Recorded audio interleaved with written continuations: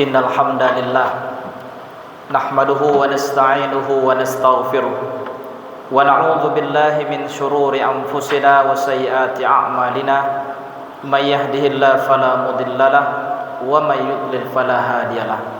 Asyhadu an la ilaha illallah wahdahu la syarikalah wa asyhadu anna Muhammadan 'abduhu wa rasuluh. Allahumma fassalli wa sallim wa barik ala hadzal nabiyil karim wa ala alihi wa sahbihi wa man tabi'ahu bi ihsanin ila yaumiddin. Amma ba'du fa ya ibadallah, inni usikum wa iyaya bi taqwallah faqad fazal muttaqun. Ittaqullaha haqqa tuqatih wa la tamutunna illa wa antum muslimun. Qala Allah ta'ala fil Qur'anil Karim, a'udzu billahi minasy syaithanir rajim. Bismillahirrahmanirrahim.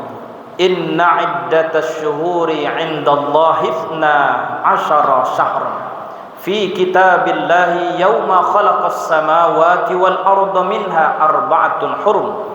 Dzalikad dinul qayyim fala tudlimu fihinna anfusakum wa qatilul musyrikina kaffatan kama yuqatilunakum kaffah wa'lamu annallaha ma'al muttaqin.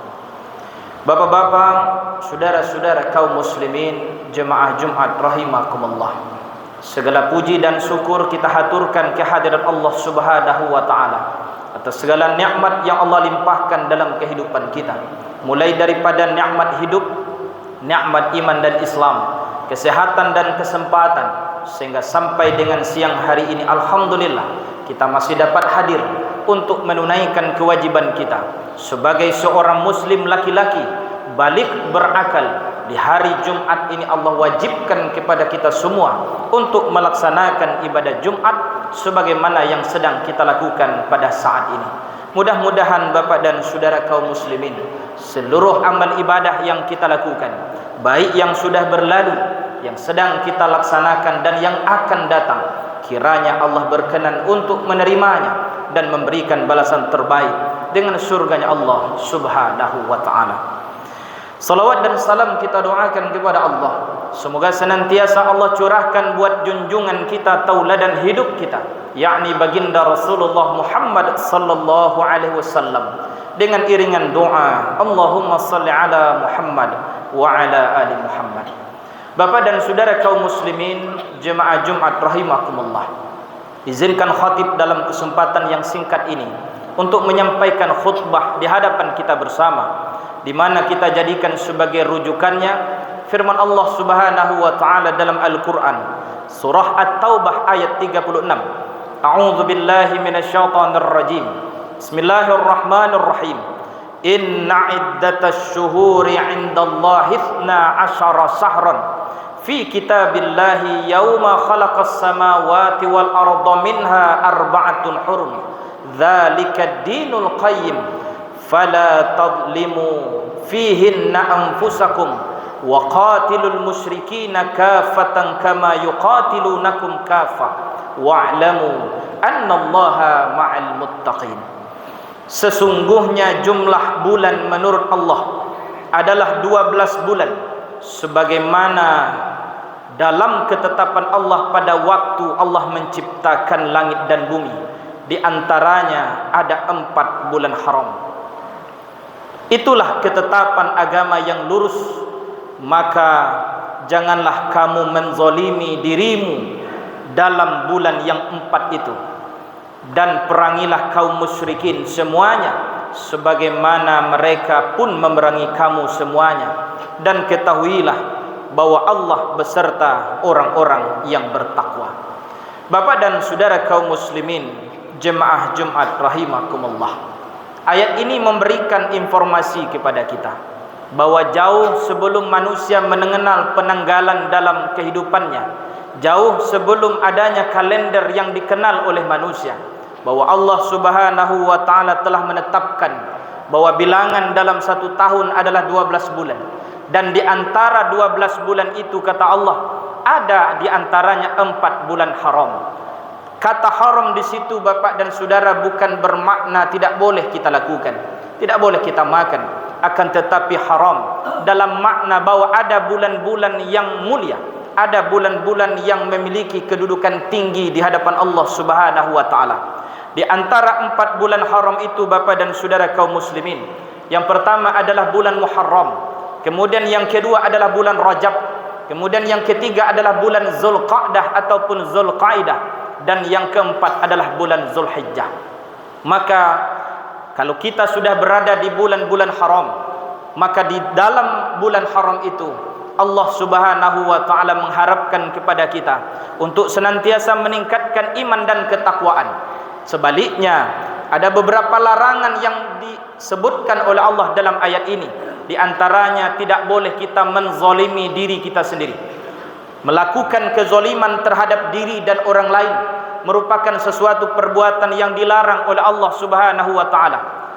Baik itu dalam bentuk menyakiti diri ataupun dengan cara melakukan perbuatan kemaksiatan ataupun dosa dalam kehidupan kita.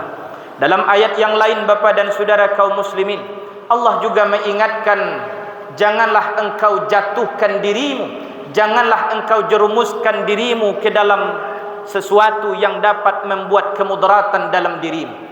Bapak dan Saudara kaum muslimin jemaah Jumat rahimakumullah. Kemudian yang kedua, Allah melarang untuk melakukan peperangan, bahwa kalaupun dalam kondisi tidak ada serangan dari orang-orang musyrikin, tidak ada sesuatu yang mengharuskan umat Islam untuk mengangkat senjata, maka Allah Subhanahu wa taala melarang apabila kita sudah memasuki bulan haram, maka kita muliakan dengan meningkatkan amal ibadah dan menjauhi peperangan yang terjadi di tengah kehidupan. Maka Bapak dan Saudara kaum muslimin, kemudian juga kita dilarang untuk melakukan perbuatan zalim dan berselisih. Oleh karena itu, salah satu bentuk cara kita untuk memuliakan bulan-bulan haram itu adalah dengan meningkatkan keimanan, dengan meningkatkan amal ibadah, dan meningkatkan ketakwaan kita kepada Allah Subhanahu wa taala. Bapak dan Saudara kaum muslimin, hari ini kita sudah berada pada tanggal 25 Zulqa'dah 1446 Hijriah. Sebentar lagi kita akan memasuki bulan Zulhijjah. Bulan Zulqaidah dan bulan Zulhijjah adalah 2 di antara 4 bulan haram. Tentu di bulan ini ada berbagai hal yang dapat kita lakukan. Terkhusus Bapak dan Saudara kaum muslimin, bila nanti kita sudah memasuki bulan Zulhijjah, di mana ada berbagai amalan yang dapat kita lakukan. Di antaranya Bapak dan Saudara kaum muslimin, bagi saudara-saudara kita yang hari ini sudah dapat untuk melaksanakan perintah Allah menunaikan kewajiban berhaji, maka berhaji merupakan salah satu ibadah terbesar yang dilakukan oleh umat Islam di bulan Zulhijjah. Kemudian yang kedua, Bapak dan Saudara kaum muslimin, andai kata kita belum berkesempatan, tidak memiliki kemampuan untuk menunaikan ibadah haji ke Baitullah, maka di antara amalan-amalan yang tinggi nilainya di hadapan Allah adalah melaksanakan ibadah kurban. Bahkan ibadah kurban, Bapak dan Saudara kaum muslimin, disampaikan oleh Nabi SAW, tidak ada amalan yang lebih utama di hari nahar, yaitu hari di mana kita menyembelih hewan yang diniatkan untuk mendekatkan diri kepada Allah, melainkan kita menyembelih hewan untuk berkurban. Setiap tanduknya, setiap helai bulunya, dan juga kukunya, kata Nabi SAW, akan hadir nanti di hari kiamat menjadi pahala, menjadi kebaikan bagi orang yang melaksanakannya. Bapak dan Saudara kaum muslimin jemaah Jumat rahimakumullah, lalu seandainya kita belum juga memiliki kemampuan untuk berkurban, ada berbagai ibadah lain yang dapat kita lakukan di bulan Zulhijjah.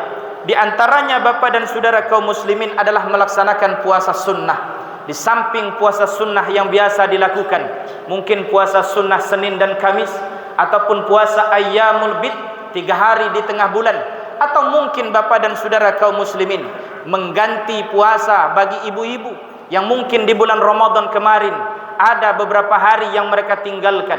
Maka di bulan-bulan haram juga salah satu ibadah yang dianjurkan adalah melaksanakan ibadah puasa. Bahkan dalam hadis Nabi SAW, bahwa Nabi SAW menyebutkan di antara puasa yang sangat dianjurkan adalah tanggal 1 sampai dengan tanggal 9 Zulhijjah, yang mana itu kita niatkan untuk berpuasa di awal Zulhijjah. Kalau tanggal 8 Bapak dan Saudara kita kenal dengan puasa tarwiyah, sementara di tanggal 9 Zulhijjah di saat saudara-saudara kita yang melaksanakan ibadah haji, melaksanakan wukuf di padang Arafah, kita yang berada di tanah air dianjurkan untuk melaksanakan puasa Arafah. Bahkan disebutkan oleh Nabi sallallahu alaihi wasallam, siyamu yaumi Arafah yukaffiru sanati madiyah wal baqiyah, bahwa puasa di hari Arafah akan menghapuskan dosa setahun yang telah berlalu dan setahun yang akan datang. Betapa hebatnya, betapa dahsyatnya keutamaan puasa Arafah.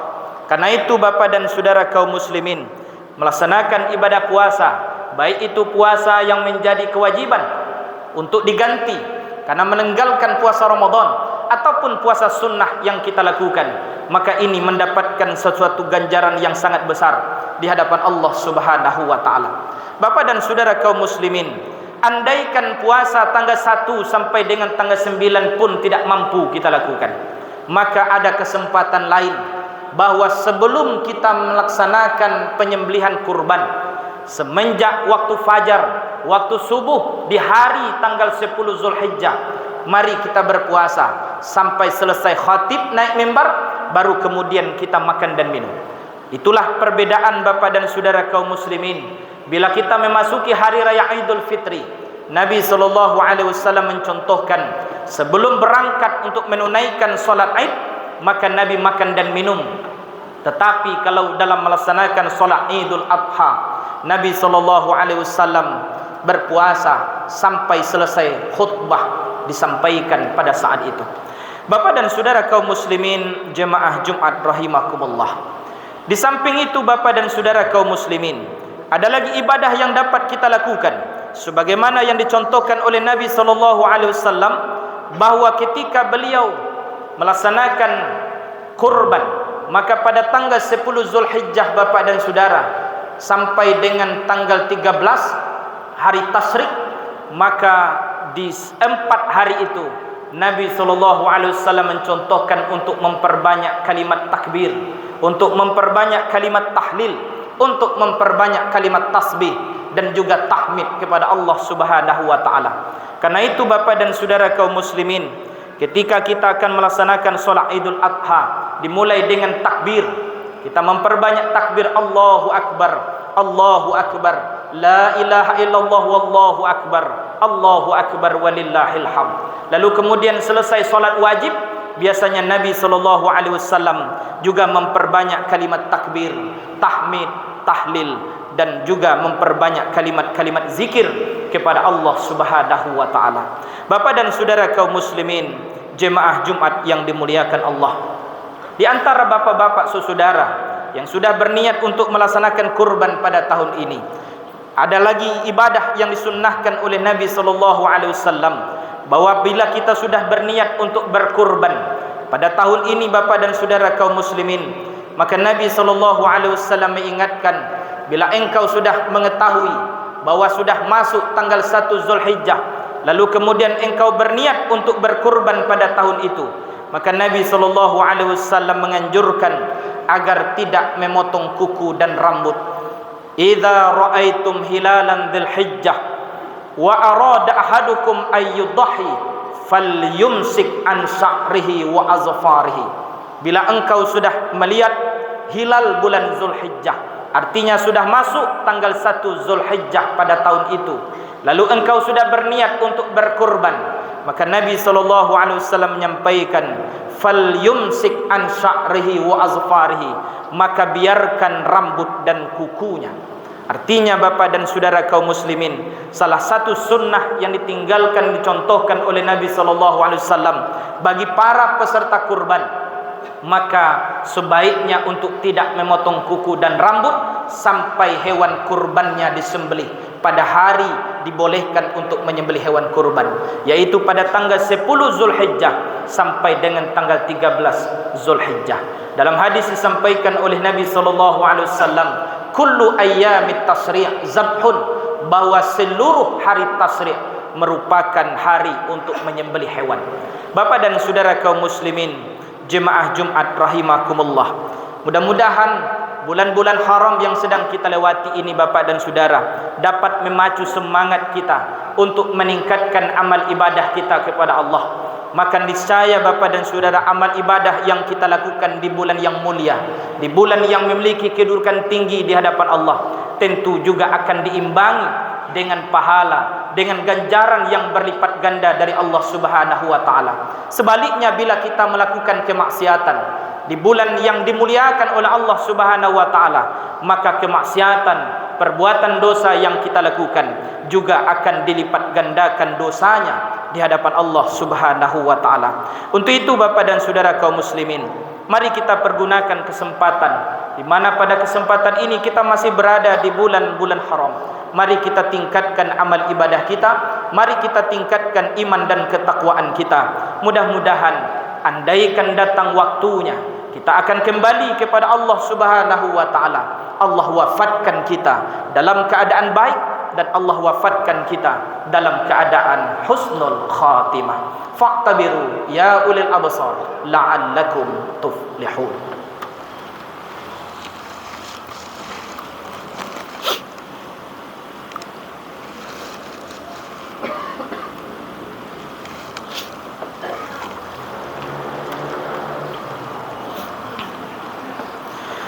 Alhamdulillahi rabbil alamin, الذي خلق السماوات والأرض واختلاف الليل والنهار لآيات لأولي الألباب. أشهد أن لا إله إلا الله وحده لا شريك له وأشهد أن محمدا عبده ورسوله.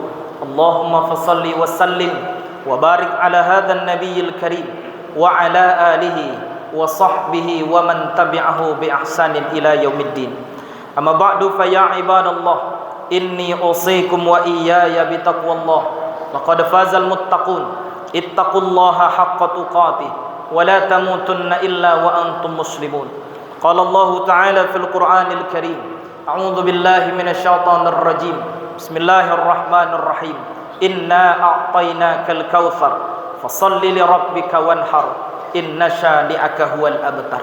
Bapak dan Saudara kaum muslimin, jemaah Jumat rahimakumullah, salah satu ibadah yang memiliki nilai tinggi di hadapan Allah adalah ibadah kurban.